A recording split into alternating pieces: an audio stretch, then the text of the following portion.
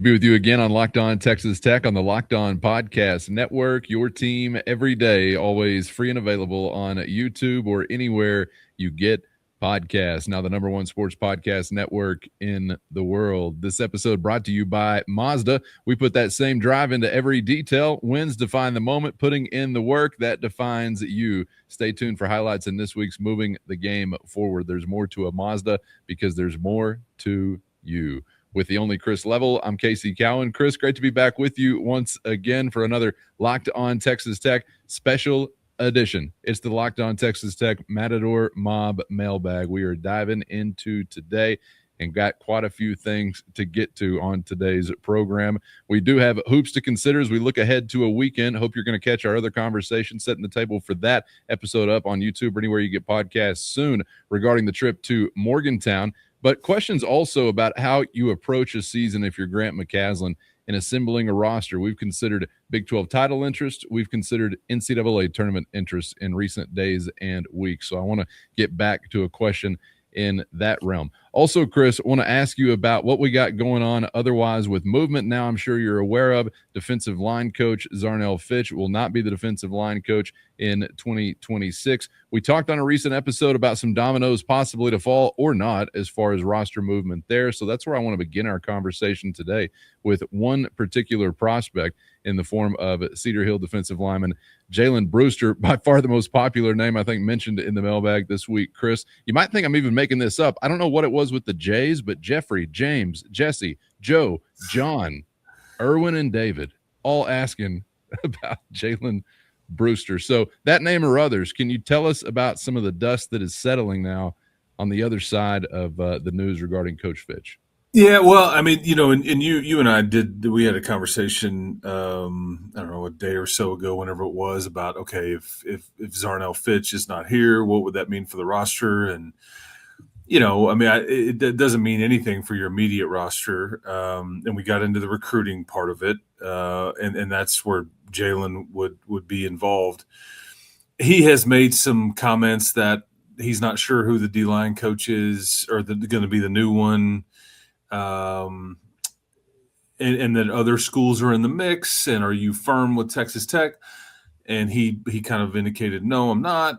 And this is just like a week ago, the National On 3 folks basically had some stuff like, yeah, sources close to Jalen Brewster say, man, he's locked in, he's 100%. So, okay, so part of this is the pond that you're fishing in. This is, number one-ish player in the country, right? Okay, depending on where you look, the top one for this next cycle as far as high school players. If you thought everybody was just going to be like, yeah, I guess we'll just leave him alone, we'll let him go to Texas Tech, then I mean that's you're not really paying attention. That's not how recruiting works. I also think that you would be very naive if you think if Jalen Brewster was just coming here because of Zarnell Fitch, then you really never had him to begin with. And I don't believe that to be the case either. I think this will take some time to play out. But I think this is one of those where this could be a thing until next December. And keep in mind, folks, we're in early February. So buckle up. Pace yourselves.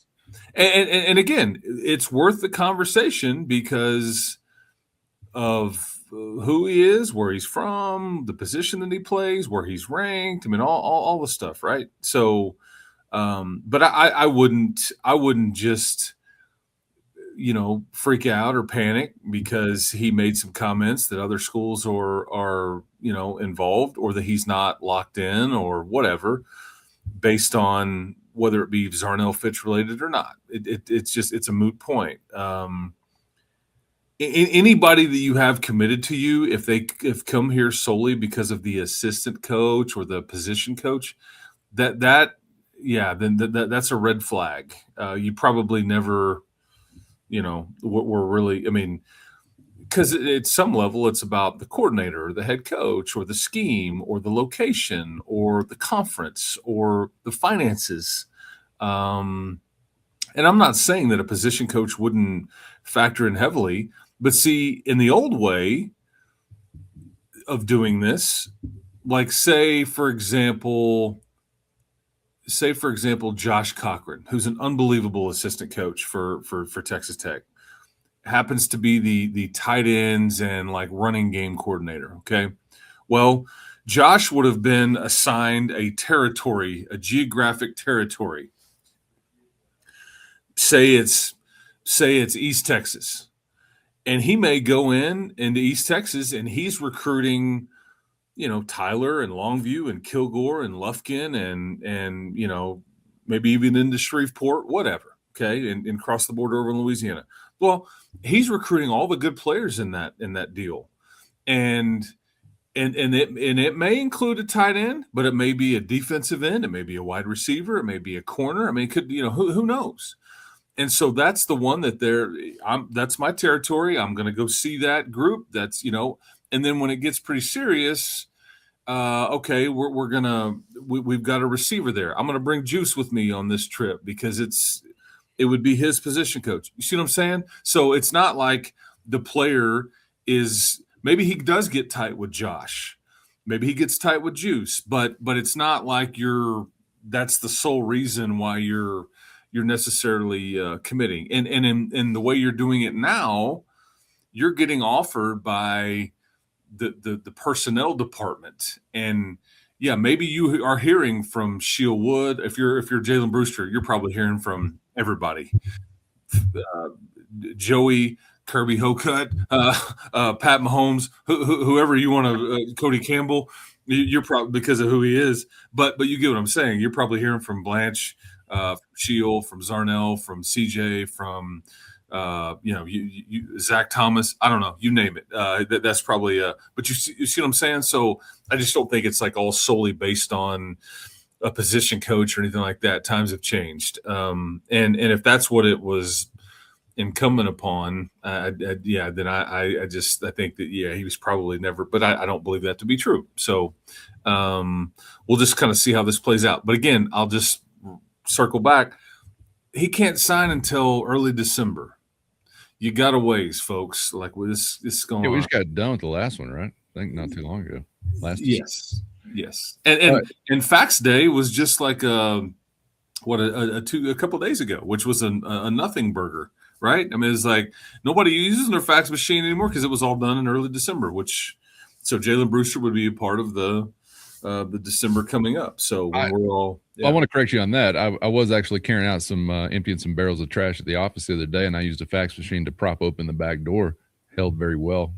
So there's still use for them in 2026, I guess. So for some, they may be uneasy because you're not putting out the potential smoke necessarily, but it's also sounding like it's not related or tied in to it.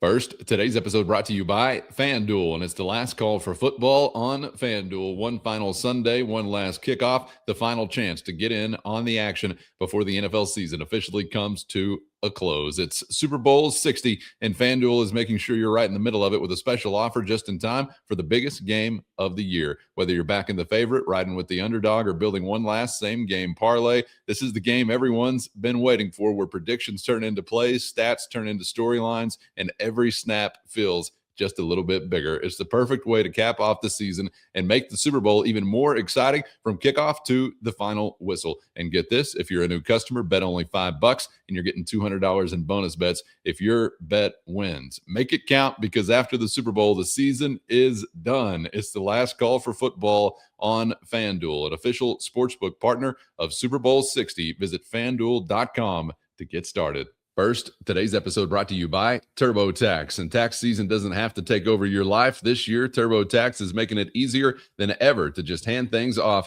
and move on with your day. With TurboTax full service, you can have your taxes done for you by a trusted local expert, start to finish, without any stress or guesswork. So instead of spending hours trying to figure out forms, you can meet with a local TurboTax expert in person or connect online, and they're going to handle everything from W-2s to self-employed forms. And of course, they'll work to get you every deduction. It's a huge time saver and will give you real peace of mind knowing an expert is handling it all. For a limited time, you can have your taxes done right now by a local TurboTax expert for only $150 all in. If a TurboTax expert didn't file for you last year, just file by February 28th. Take taxes off your plate and get back to your life. Visit turbotax.com/local. That's turbotax.com/local to book your appointment today. They may be uneasy because you're not putting out the potential smoke necessarily, but it's also sounding like it's not related or tied in to a Zarnell Fitch move. If there is a coaching change, clearly there's some point of uncertainty where you can see some mystery maybe amplifying, I guess. But the larger part of what I'm hearing you say is this guy's wanted by everybody. Everybody will continue to try to get this guy. And that really would have remained mostly unchanged, whether you had this assistant change or not. So stay ready so you don't have to get ready. But for the most part, I think it almost remains a similar situation to what it was, say, when the last week ended and the one before that, and this one began, whatever, pre and post Zarnell Fitch departure. So make it that way.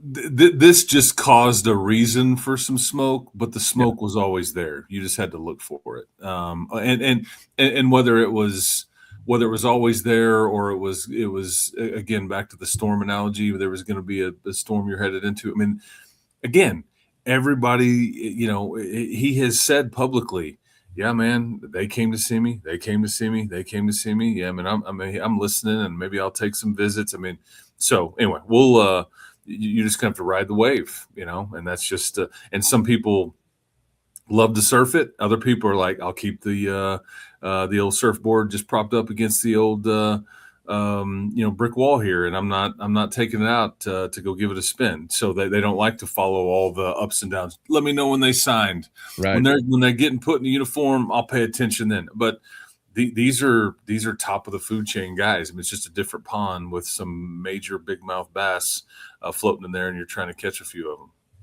You're riding the wave. You're there to ride the wave. You're there to rip the wave in some cases. For anybody who remembers that guy that owned the thing that took out the letter to Cliff in the newspaper in Lubbock and said, you don't ride the wave, you rip the wave. I'm not sure what the intent was, and it's going to be an obscure reference for some. But if you're in the 806, maybe you recall, rip the wave. It's always stuck with me. You don't leave a trip to the beach thinking, man, remember when we were out there dozing off in the sand? No. Remember when we were ripping the – okay. I think most who are in the audience here, you're of a certain variety and you know what this ride is like. So hang 10, surfs up. Thank you for that question. Let's switch gears here, Chris. I want to talk hoops with you, and I hope that everybody out there will or already has, depending upon when you're listening to this, joined us for our conversation getting ready for Red Raiders and Mountaineers, Duchendorf Cup, Battle for John Denver's Soul, hardwood style, and looking forward to that tricky road trip, Chris. But had this question to consider as well. I wanted to ask you about this from John's perspective, because this has sort of been something we've talked about the last couple of weeks. Like, are you hanging around in a conference contender conversation? Do we begin to turn more toward March aspirations and talking about that kind of thing? Those things don't always require the same thing, by the way. And John's asking about that. He's wondering, would you say Grant is overly concerned building a team for a Big 12 title, NCAA tournament success? Is there a way to balance both? How do you think he or others approach that? You mean at the onset of when they try to put a team together? In your roster building for what exactly? Yeah, okay.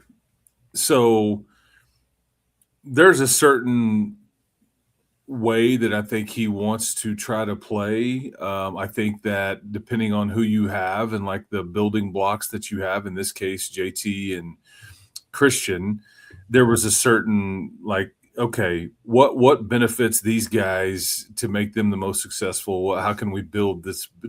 Whereas, if JT and Christian were to not play here next year, and you have different building blocks, and we're going to build around Lawan and Petty and Dakari Spear, who's coming in here, or I'm just throwing out names. Yeah, that may look a little bit different, but there is a level of. Look, it's not like you're trying to set out like it's one and the same, like where you're trying to build it to win the league or with the NCAA tournament in mind. I think that if you can contend for a Big 12 championship, you'll be just fine when it comes to the NCAAs, right? I mean, you're gonna fare just fine in that realm as well. But with the Big 12 in mind, it does stress you, and you better be a two-way player. You better have a level of toughness to you. And I think that it would behoove you to, if you don't, you better have 7 or 8 teammates around you that have some length and athleticism. You just can't have too many like just smallish people, right? You've got to have some length and athleticism. And I think and then I think what we've seen with Grant is that the way that they want to play offense, I think that he has put an emphasis on your ability to be a very effective and efficient 3-point shooter. That is what has benefited this program in the last couple of years. That's what they sought. Now, was that more of JT and Christian related? Because we can really expose teams, because if those guys would be employed around the perimeter, and we can make teams pay because so much attention. So, but there's a level of like toughness and that is just pretty much a non-negotiable, because you're trying to win. And he's always going to try to put a team together that can win this league. It's just extremely difficult to do. And you like sitting here talking about it now, like, are you in a conference contender conversation? Are you in a NCAA tournament mindset right now? Like, you're sitting here, what are you, 6-3 in the league? I think, is that right? If memory serves, I think that may be what your conference record is off the top of my head. But you've already had 3 conference losses, and yet if you get over me, and not only would it require you to beat Arizona, but then be perfect, but Arizona needs to cooperate with you and all that. That's just how hard it is to try to win the league race right now. So anyway, I just I wanted to make sure that we had that part. Thank you for that question. This question here, back to football and Joey McGuire's Red Raiders. Keith is asking about draftable Red Raiders, and with some of those that stand out to you or at the front of mind, do you have anything as far as their best football interest in mind where you'd like to see somebody land? I know sometimes I have some rooting interest in mind when it comes to maybe where I don't want somebody to land, but are there any situations or maybe likely connections you've heard about, read about, seen that interest you for some of our guys that are going to get their names called? I'm Clea Butler, host of Locked On Women's Basketball, and this is Mazda's Women's Basketball Snapshot, celebrating the work no highlight reel can ever capture. Number 1 ranked UConn dominated Tennessee 96-66, turning a halftime tie into a historic win and avenging last season's loss by delivering the largest margin in the rivalry's history. AZ Fudd had 27 points and Sarah Strong added 26 as the Huskies remain perfect on the season, reminding everyone why they are the reigning national champions. In the Big Ten, number 2 UCLA rolled past number 8 Iowa 88-65, powered by 22 points from Angela Dukelich and a huge advantage in the paint, staking their claim as a national threat. These moments are earned off the clock, those long before the lights ever come on. The sweat, the fakes, the doubt, the scrapes, and coming back for more every time. Mazda puts that same drive into every detail. Wins define the moment, putting in the work, that defines you. There's more to a Mazda because there's more to you. Yeah, we're both Cowboy fans. I mean, it's just what my grandfather taught me. I grew up there. I mean, they had season tickets to Old Texas Stadium, and when Jerry fired Tom Landry, my grandfather gave up season tickets, and that's how that's how real it was. And my side of the family there in the Metroplex. That's right. Yeah, that's right. And but I'm an easy target when you want to make fun of me as a sports fan, because I'm a Cowboy, Maverick, Ranger, I guess Stars, whatever. But I mean, I grew up there, and I just have so many people. We all know them. They're like, yeah, I'm a fan of the Spurs. I'm a fan of the Astros, and I'm a fan of the Cowboys. Well, pick a city, man. Or pick, I mean, and I can't tell anybody who to be a fan of or not to be a fan of, but it's just funny to me, because it's just like, And what's the common theme with some of the picking and choosing? It's like, yeah, you pick a winner. There's a shocker. But I'm stuck as a Metroplex boy, and you grew up a Cowboy fan too, Cowan. So selfishly, I would love to see, as poorly run at times as the Cowboys are, which this is going to go against about what I'm about to say next. I would love to see Jacob Rodriguez or David Bailey or Romello Height join the Cowboys. I think that it would be fun to root for those guys and see them, because that's the one time I get to sit back as like a sports fan on a weekend and like watch a game where I can act like an idiot and get mad and get happy and all that. And there hadn't been a lot of happiness in recent years, right? But that's the one club that I feel like I'm just a fan of. I mean, we're fans of the Red Raiders, but you're working and I think about it differently, and you kind of know everything that's going on in a lot of cases. But the Cowboys, you just like, so I would love some of that. One, because there's a need there for linebacker help and edge help. That is undisputed. Everybody would say that they have got to address that, free agency, draft, whatever. Lee Hunter would make a lot of sense, because you've just got, as much as I love Lee Hunter and would love to adopt him into my family, you don't really need that on paper there in Dallas. Now, the way to answer your question, though, is there's so much change with coaches and scheme and all that. I'm going to answer it this way. I would not want some of the guys that we know. Look, any opportunity is great, okay? And it's all about what you make the most of, and sometimes it's about fit. But here's what I would not wish for any of our guys, okay? The Jets, the Browns, the Raiders, the Titans, the Cardinals, maybe the Saints. The Dolphins seem to be kind of hopefully they stay away from those situations, which they've got some body of work, and people could go, well, the Cowboys are in that. I get it, but again, we're being selfish. I'm being the other thing. But it's not about where they would fit. It's just like go be somewhere where that is functional as opposed to dysfunctional. Yeah. Right? Because I mean, I would have included the Giants in this deal too, because they've just been an absolute disaster. But I think there's probably a better than good chance that John Harbaugh will kind of turn that around. But the Browns have been awful for decades. The Titans have just been they just fired the guy that's about to potentially go win a Super Bowl. Yeah. He wasn't good enough to coach in Tennessee. No. But he just won 13 games for the Patriots. Yeah, but you get what I'm saying. And like the Raiders are poor Tyree Wilson is just in that vortex of just it's bad. You got to do like pull the Eli or the Elway or whoever was prior to that. I ain't going there. I'll go somewhere else. You got to pull all the strings available to you, I think, in some of those situations. Thank you for that question, John. This question from Lance. What teams in the Big 12 don't play the NIL game or severely lag behind? Who would you point out? Okay, hold on. Say it again. What teams in the Big 12 don't play the NIL game at all or severely lag behind? Okay. Sorry. They're all playing it.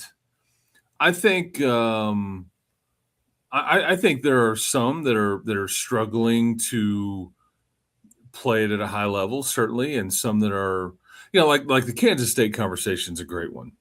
Kansas State, I think they are, not necessarily flush. Maybe they're trying to fix that, but it's like this Jerome Tang basketball coach's, situation right now. They owe him $18 million if they wanted to fire him. They can't afford that, right? And it's because they're struggling in the other aspects too. They have money. It's just, do we have enough though that we can pay a basketball coach this much money? Go pay another one that we would want, and then come up with enough money that would intrigue a guy worth his weight in gold and that's just basketball. So you're like, because we're trying to raise money for Colin Klein too in football, right? So I think your Arizona's like football wise, I think you're and again, that's also like a different conversation. obviously they have enough money and are spending it wisely enough in basketball, but I think football is a different animal. I think Texas Tech is just one of the few that I think is really like kind of pushed chips in on both sports to where you're not necessarily skimping on one or the other. I think West Virginia has struggled. They're trying to, your UCFs. I mean, that was the story that got shoved down, depending on where you looked, was like, after they beat you on Saturday, it's like, well, their roster only cost $3 million. Like it was like a, badge of honor, like, it was playing the, hey, look what we did. And we barely can, but they're Kelvin Sampson. I hate to keep all this on basketball part of it, but it's just, that's what's all fresh in my brain right now. The Kelvin Sampson basically said after beating UCF earlier this week, our athletic department is poor. He said it. It's poor. And in fact, I think he said it's one of the poorest, if not the poorest in the Power Four. And he's like, our guys don't starve. They get market value, but it's like we're poor. So, it's let's just put it this. I mean, Utah had to cut a private equity deal, to try to play the catch-up game. Texas Tech doesn't struggle. BYU doesn't struggle. I don't think TCU struggles. I think Baylor is a hit and miss. I think there was some basketball money when Scott Drew turned down Kentucky, but it's kind of but I think football may not be, flush. So anyway, it's just, but yeah, there's several schools now that are not exactly just crushing it when it comes to that, or have to be very careful about how those dollars get spent, or whatever, because your plate is so wide.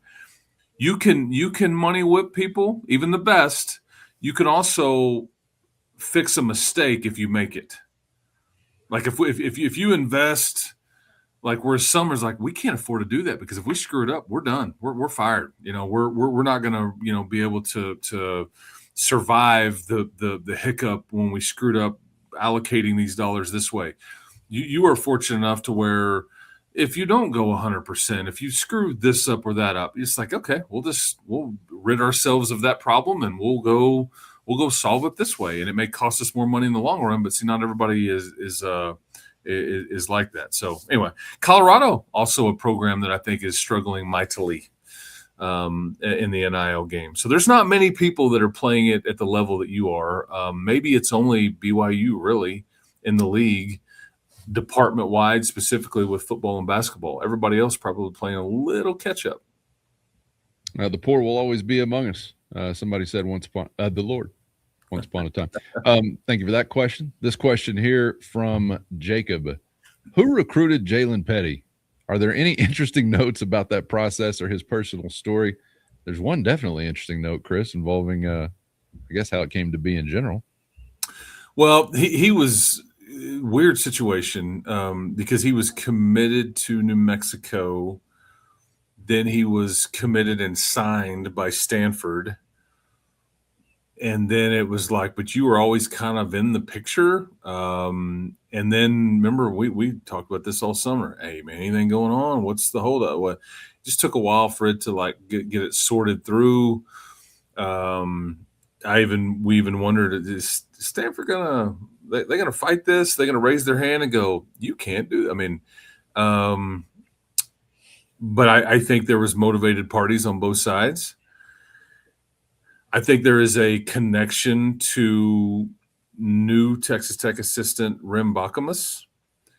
I think that the staff was large in part were aware of Jalen, but I think Rim more directly involved or had the background there and those kinds of things.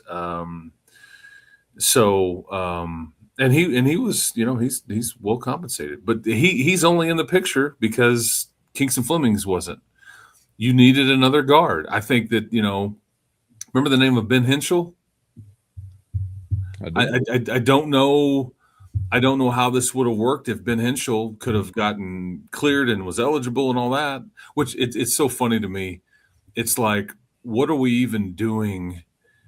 And why was that a thing back in the summertime? And fast forward to early in 2026. Yeah, I played in 10 NBA games. But yeah, I you know what? I miss my backpack. I'd like to go to class again. And you know what? I'd like to wear some college gear, and these fans are a lot more rowdier than they were in the G League or the NBA, and so I want to do that, and it's semi allowed, depending on the situation.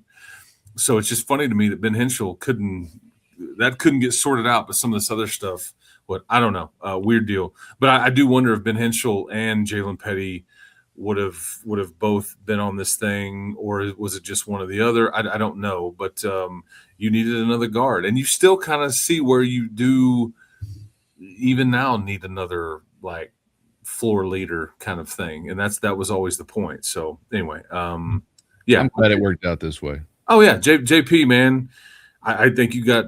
He's a guy you can grow old with, and have him for 2, 3, 4 years. Yeah, and Ben, I mean, back to the land of 10-foot spiders and leather-handed ladies. So best of luck. Okay, uno más before we. And a Vegemite sandwich, right? Of course. Yeah. Shrimps and Barbies and all things in between. Brant is asking for a Locked On Texas Tech parlay.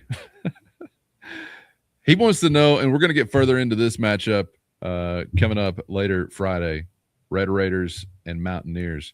But in general, is this going to be an offensive or defensively tilted game, Chris? And who's the Super Bowl winner? A Super Bowl question, huh? Probably defensive oriented. I think the Seahawks will win. I think the game will be a bit ugly, and like I don't know if I see a game in the 30s. I think it's funny because Indiana was 100-1 long shot to win the national championship when the college football season started. The Patriots and the Seahawks were 60-1 long shots to win the Super Bowl. So this just kind of been a weird year to where you can come way off the grid and be in a spot to win the whole thing. But Sam Darnold versus Drake May, you must have a franchise quarterback. Oh, you will never win anything. Well, and maybe Drake May is that. Maybe Sam Darnold is that. I mean, but that's just not the matchup that I don't think anybody predicted. But I tend to think the Seahawks will have more of the home crowd. I think they'll probably win an uglier game. And I like Mike Vrabel, and I certainly like Mike Smith, who's on that staff, and hope he does well and all that. I'm just kind of sick of the Patriot thing, right? I mean, they've had their fun. What do you mean? They just came back. I thought they just got back. I know. Yeah, you resumed being sick of them from where you last were. Yeah, that's right. Yes. I like that. Yes. I like that. I got to tell you, I'm feeling the Patriots, and I got to tell you also, I'm still just, I don't know. There's just something about Richard Sherman I still associate with the Seahawks, which sucks because I loved them in the 80s and 90s. So I'm almost pulling for the Patriots. Jim Zorn, 1980s Seahawks. Once upon a time, and when Ricky Waters was a Seahawk before he got in that awful San Francisco uni. I mean, these were the days of my youth. And the hoops part of it.